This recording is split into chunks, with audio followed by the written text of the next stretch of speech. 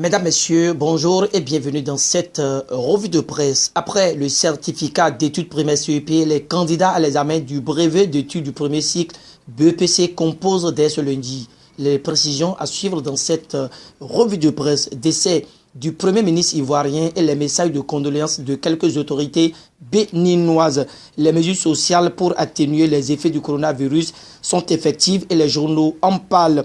De la même manière, le non-respect des mesures barrières coûtera aux contrevenants.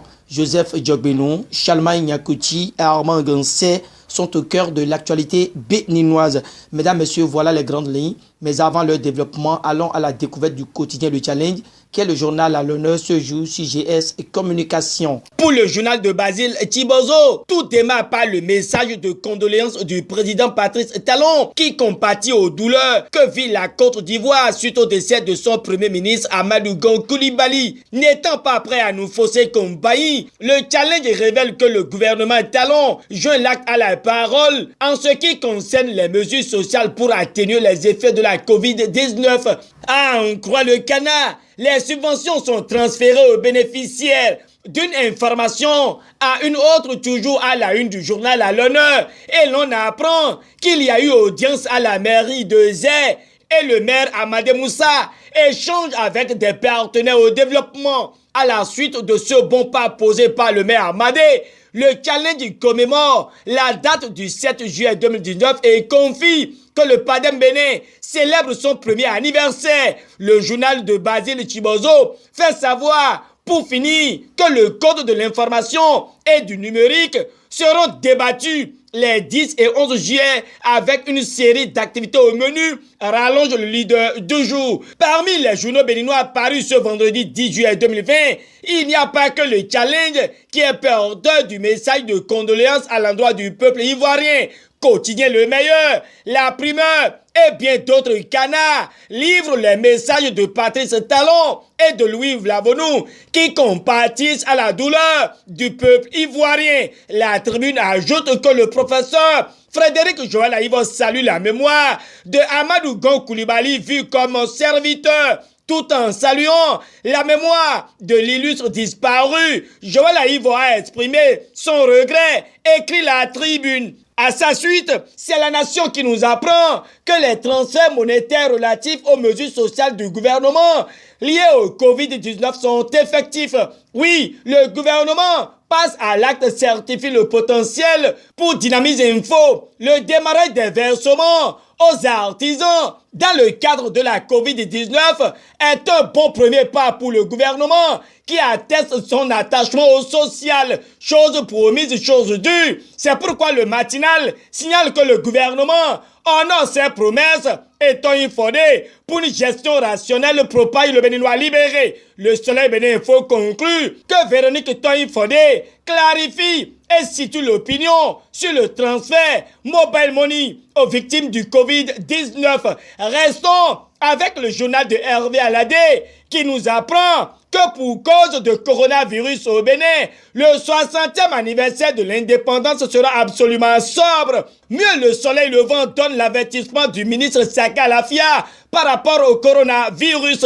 Pour lui, le non-respect des mesures barrières sera réprimé, mentionne le confrère. Pour finir, avec la banalisation des mesures barrières liées au coronavirus, Saka Lafia lâche les forces de défense et de sécurité. Et les contrevenants risquent gros, martèle le matinal qui précise aussi que les forces de défense et de sécurité sont instruites pour intensifier les patrouilles. Le matinal s'en va, mais se prononce sur la campagne cotonnière 2020-2021 où le Bénin envisage 850 000 tonnes de l'or blanc. Le souhait de tous c'est qu'il en soit ainsi. Déjà que le Soleil Bénin Info nous étale que Talon maintient le prix d'achat des intrants à leur niveau de la campagne précédente afin que le Bénin maintienne son cap dans le domaine. Le journal de Hervé Aladé donne les précisions de Gaston Dossoui sur la décision du gouvernement qui soutient les cotonculteurs face à la crise de la Covid-19, rapporte le Béninois libéré. Pendant que nous y sommes, Bénin Intelligent revient une fois encore par ici